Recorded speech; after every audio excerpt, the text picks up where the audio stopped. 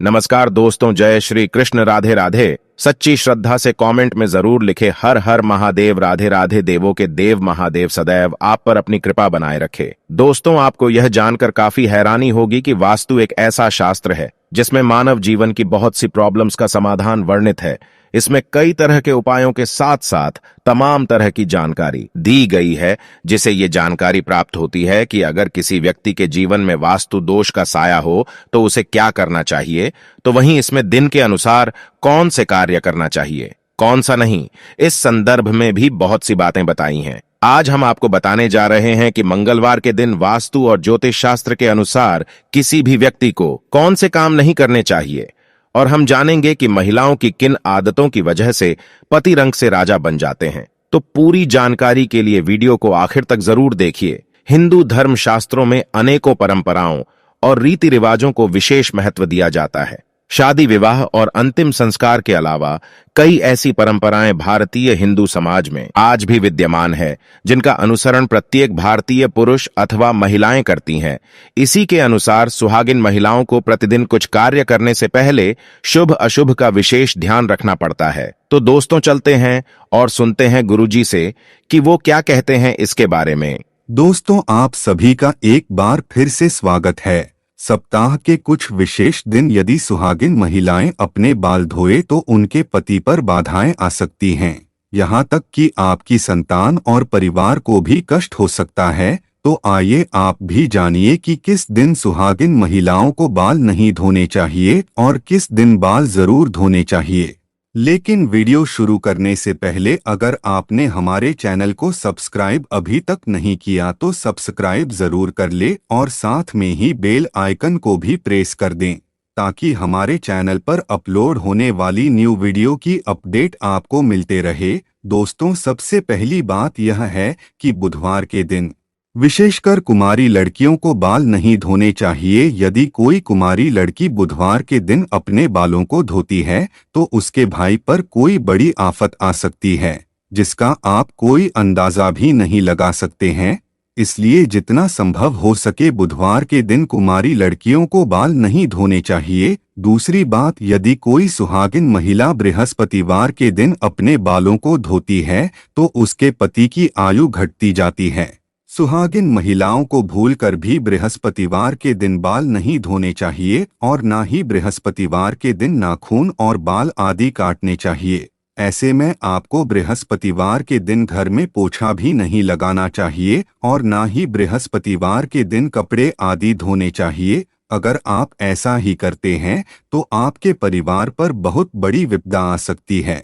तीसरी बात, यदि कोई शादीशुदा महिला सोमवार के दिन बाल धोती है तो उसकी बेटियों और बेटों पर कोई बड़ा संकट आने की संभावना बनी रहती है।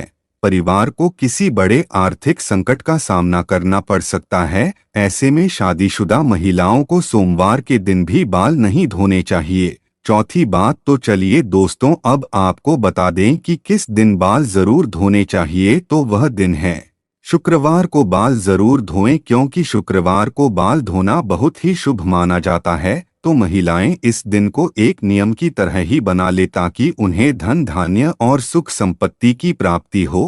पांचवी बात, ये सदैव याद रखें कि अगर आप किसी वार का व्रत रखते हैं तो उस दिन भूल से भी बाल न धोएं। जैसे अगर आपने सोमवार का व्रत रखा है तो उसके एक दिन पहले बाल धोकर आप शुद्ध हो जाएं। जिस दिन व्रत रखते हैं उस दिन बाल कदापि न धोएं, और अगर किसी कारणवश आपको उस दिन बाल धोने पर जाएं तो आप ये उपाय कर सकते हैं। आप अपने बालों में कच्चा दूध लगाकर बाल धो सकते हैं। छठी बात, अगर महिलाएं किसी त्योहार पर शुभ मुहूर्त या पूजा में बाल नहीं धो पाए तो महिलाएं ऐसे में अपनी मांग में सिंदूर लगाकर पूजा में शामिल हो सकती है। इससे बाल धोने का दोष नहीं लगता।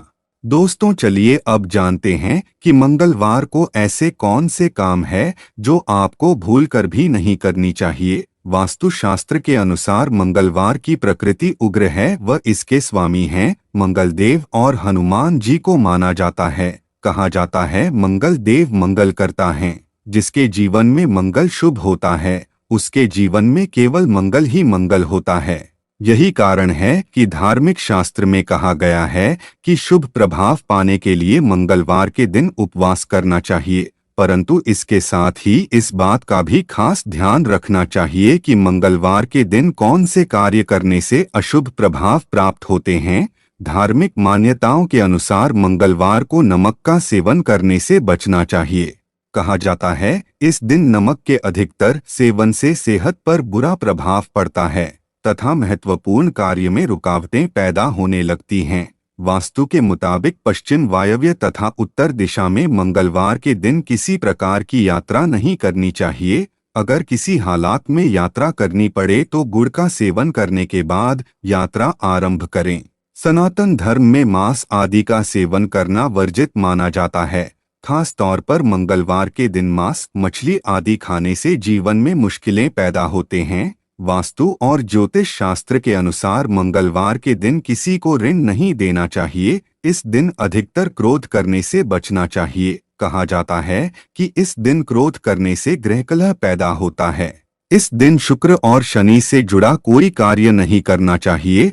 साथ ही साथ इस दिन इनसे संबंधित वस्त्र और भोजन का सेवन करने से भी बचना चाहिए। वास्तु शास्त्र के अनुसार मंगलवार को सहवास करने से बचना चाहिए। इस दिन सहवास करने से नुकसान होता है। दोस्तों, अगर आपको लगता है कि आपकी किस्मत सही नहीं चल रही है, आए दिन मुसीबत आ रही है, तो ऐसे में अगर पत्नियां अपने पति के भाग्य के लिए कुछ उपाय करना चाहती हैं, तो कुछ ऐसे काम है जो अगर आप अपना ले तो मां लक्ष्मी के साथ सभी देवताओं का आशीर्वाद आपको जरूर मिलेगा और परिवार के सदस्यों की प्रगति एवं सफलता होगी और घर में सुख शांति और समृद्धि आती है।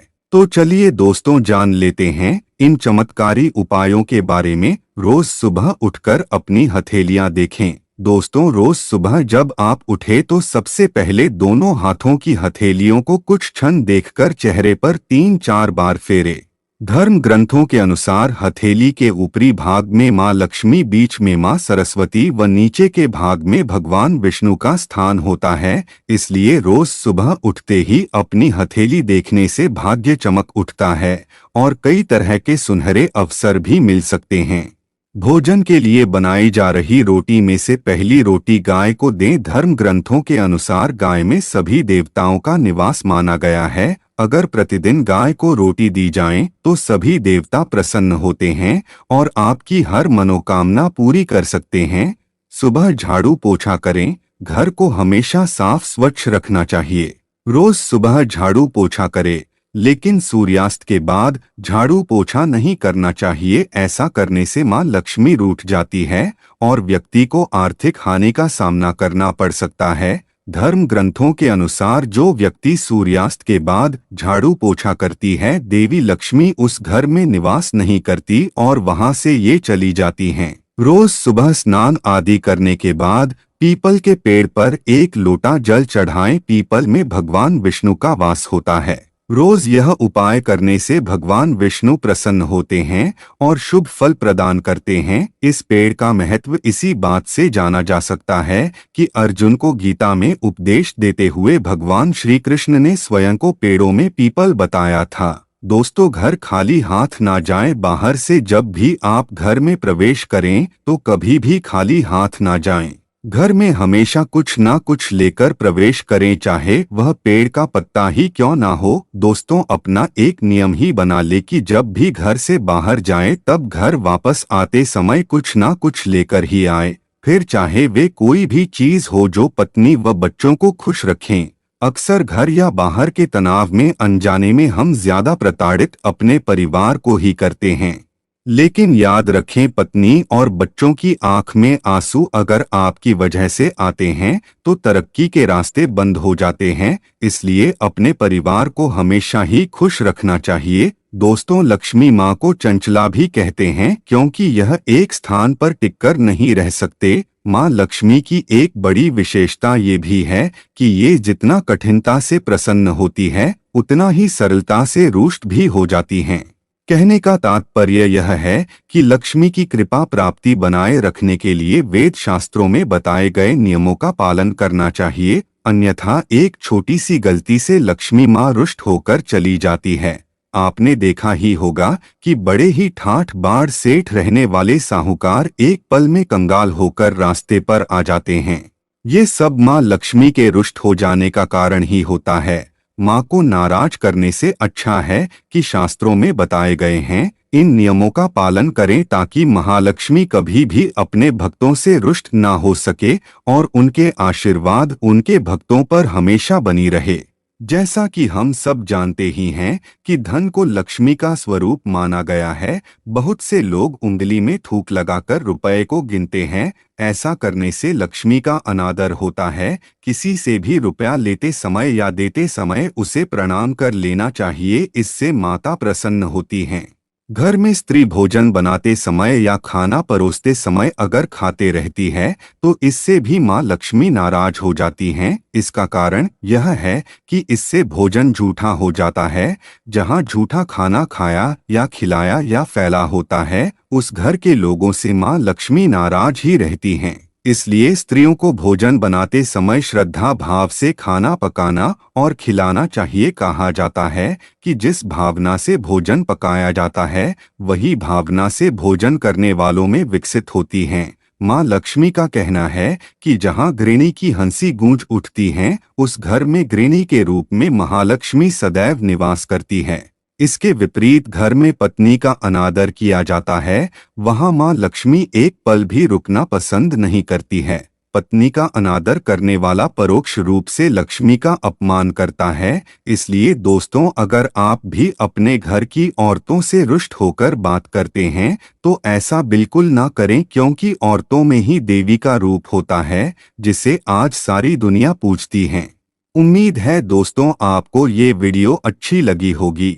सच्ची श्रद्धा से कमेंट में जरूर लिखें हर हर महादेव, राधे राधे। देवों के देव महादेव सदैव आप पर अपनी कृपा बनाए रखे। इस वीडियो को लाइक करें, अपने दोस्तों के साथ शेयर करें और हमें सब्सक्राइब करना ना भूलें। और हाँ, इस वीडियो से कोई भी सवाल है तो आप कमेंट बॉक्स में जरूर लिखें, और आपके पास कोई भी सवाल नहीं तो यस लिखें, क्योंकि यस लिखने से वीडियो बनाने का मोटिवेशन मिलता है। धन्यवाद।